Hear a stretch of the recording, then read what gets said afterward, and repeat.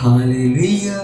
स्वागत है आप सबका मेरी भविष्यवाणियों की पुस्तक में। तो आइए हम आज के पवित्र वचन को पढ़ेंगे जो कि परमेश्वर के दास प्रेरित अंकुर यूसुफ नरूला जी के द्वारा लिखा गया है। आप एक राजा का बीज हैं, जैसा कि दानियल की पुस्तक अध्याय 1 उसकी 3 और 4 आयत में लिखा है।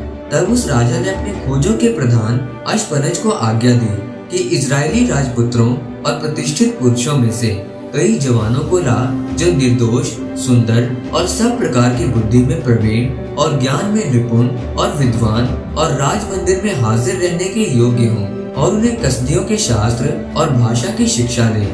मेरे प्रियो, बाइबल में जब आप दानियल की पुस्तक में पढ़ते हैं तो लिखा है कि नबूकदनेस्सर राजा ने अपने खोजों के प्रधान अश्पनज को आज्ञा दी कि इजरायली राजपुत्रों और प्रतिष्ठित पुरुषों में से ऐसे जवानों को ला जो निर्दोष, सुंदर और सब प्रकार की बुद्धि में प्रवीण हो और जो ज्ञान में निपुण और विद्वान हो। यानी राजा ने कहा कि ऐसे पुरुषों को महल में लेकर आओ जो राजा का बीज हो और जो राजकुमार हो और जो प्रतिष्ठित घराने के हो।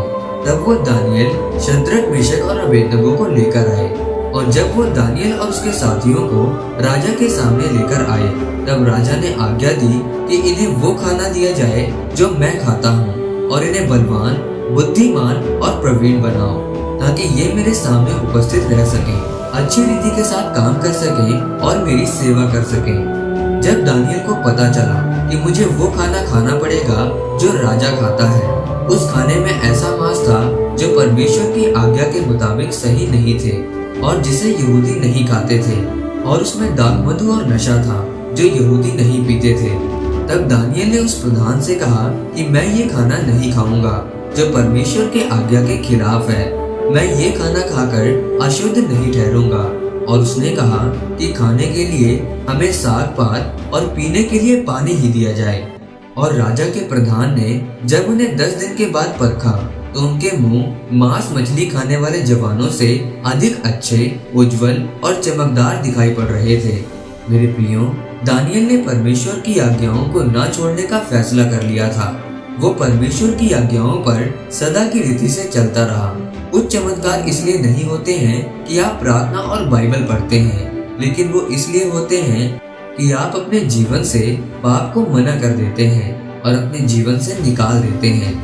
जब आप दाऊद के बारे में पढ़ते हैं तो दाऊद के भाइयों को परमेश्वर का दास अभिषेक करने के लिए गया तो दाऊद के सारे भाई अयोग्य ठहरे।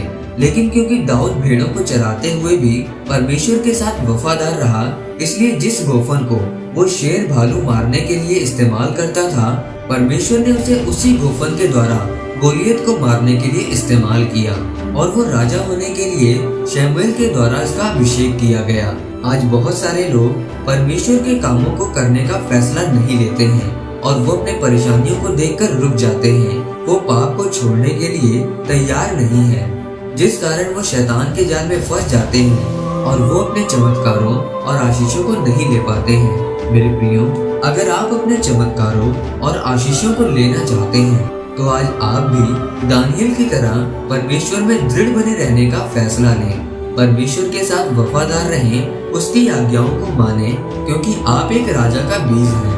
आमीन। आइए इस घोषणा को आप मेरे साथ एक मन होकर ग्रहण करें। सर्वशक्तिमान परमेश्वर के नाम से मैं घोषणा करता हूँ कि आप दानियल की तरह पवित्रता के साथ परमेश्वर के वचनों पर अड़े और खड़े रहें ताकि आप राजा का बीज बन सके, प्रभु यीशु मसीह के नाम में। आमीन। परमेश्वर आप सबको आज के वचन के ऊपर मनन करने के द्वारा आशीषित करे। आमीन।